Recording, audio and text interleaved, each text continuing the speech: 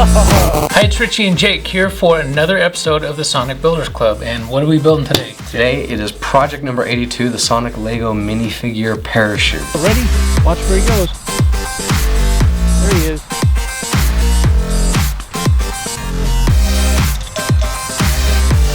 And it's a really fun little project, so let's get right into it.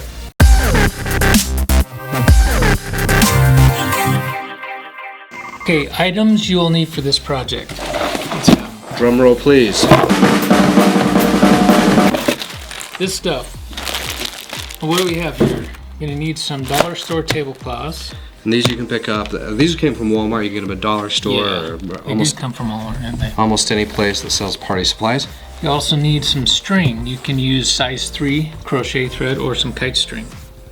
Either one will work. You just want some string that's kind of thin. You'll also need some rubber bands, small rubber bands. You can use small hair rubber bands, or these are from the Wonderloom toy. They work just fine. And last but not least, you'll need, at your discretion, Skydivers. These are willing victims. We actually have some in here we got from the Lego store that look like skydivers. Let's hit the ceiling! Okay, we're gonna build a red parachute. So I'll get this package open. I'm gonna try to do it without knocking you guys over there, Jake. Now that took, you guys didn't see it, but this took like 5 minutes to set up. I wonder if you can arrange these like dominoes. You knock them down, you buy them. What we're gonna do is measure 12 inches. Oh, that's a couple and the guys dominoes down. fall.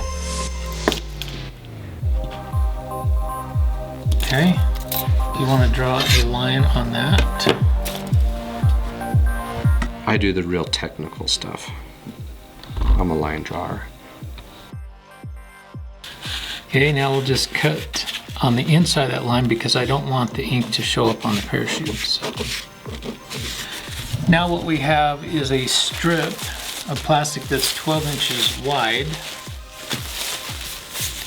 And that's good because we want a 12-inch square canopy. Okay, so what you're gonna do here is just fold this up in a triangle. That'll make it a nice square. And then you just cut right along that line. It doesn't have to be perfect. This serves more as a mere guideline. Yes, it has to be perfect. Yeah, you do this when Richie's not looking.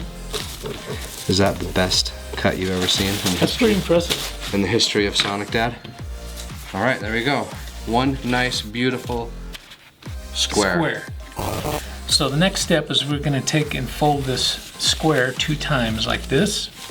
And with all the edges lined up, I'm going to measure from these 2 edges 2.5 inches.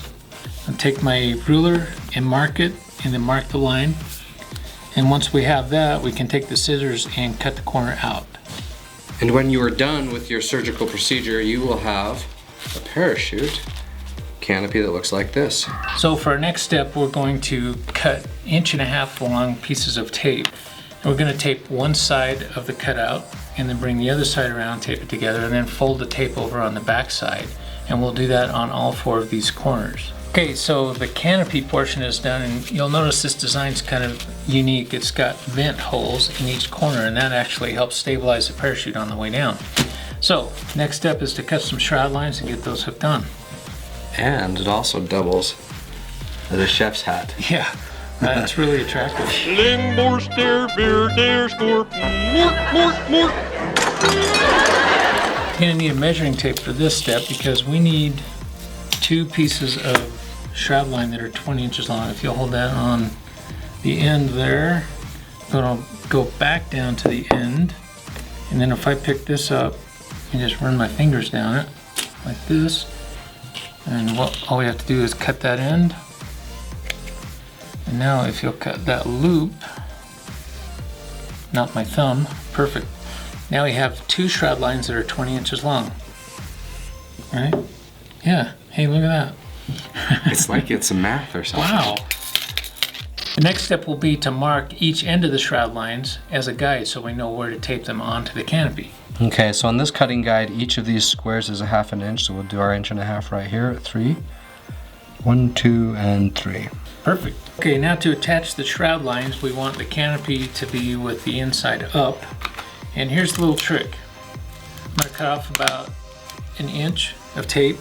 And what I'm going to do is bring this tape in and stick it to the string right on the line. Then I'm going to bring it right over to the canopy and stick it on with the bottom edge lined up with the canopy bottom edge. And that'll leave you just a little bit sticking out of the other side. So now what we need to do is fold the string over and then stick another piece of tape on top, and that will keep the shroud line from pulling out. And that's how you make a shroud line sandwich. Yeah, good. And there we go. All right, the shroud lines are both connected. Now what we need to do is tie a knot in the end so we have a little loop left over, but we need to make sure that knot is exactly in the middle of the shroud line. So to do that, I'm going to take two anchor points on the canopy, and I'm going to line those up like that, stretch the string out, and that shows me where the exact center is. Now, holding that tightly, I'm just going to make a little knot in the end. And I want about that much loop left over, so I'll kind of slide the knot up, pull that tight.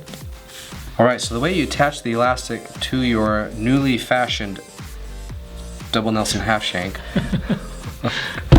is simply take the elastic, put it through,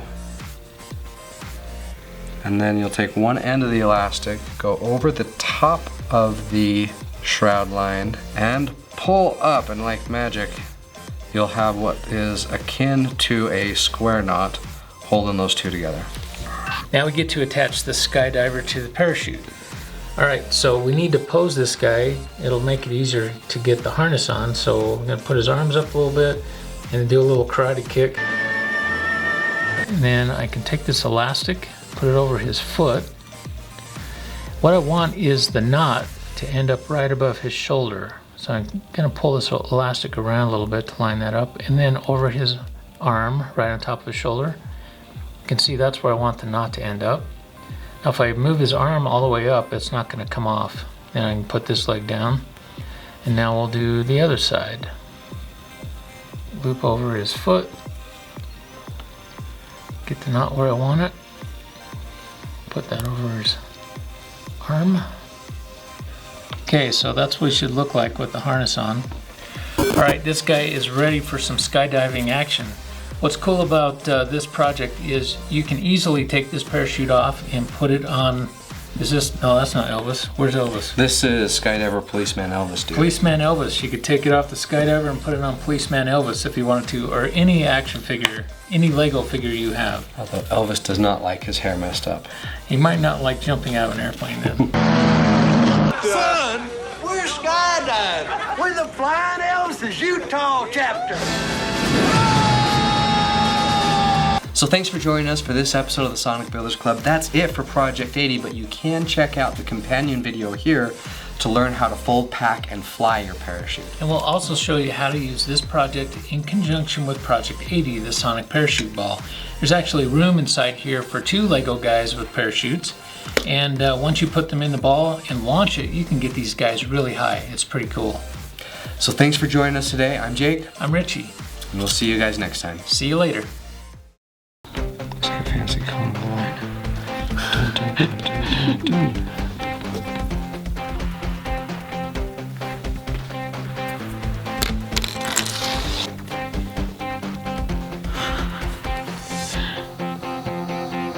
And in the very front we have Bat Cat Girl. Oh no! That was close. I got my heart pounding. A SonicDad first, we're trying Lego minifigure dominoes. Will it work? I'm nervous. Are you nervous? I'm really nervous. Let's do it. There, okay. A little more pepper on this one. Hey! Thanks for watching. If you like what we're doing, click here to subscribe to our channel. Or click here to visit our website.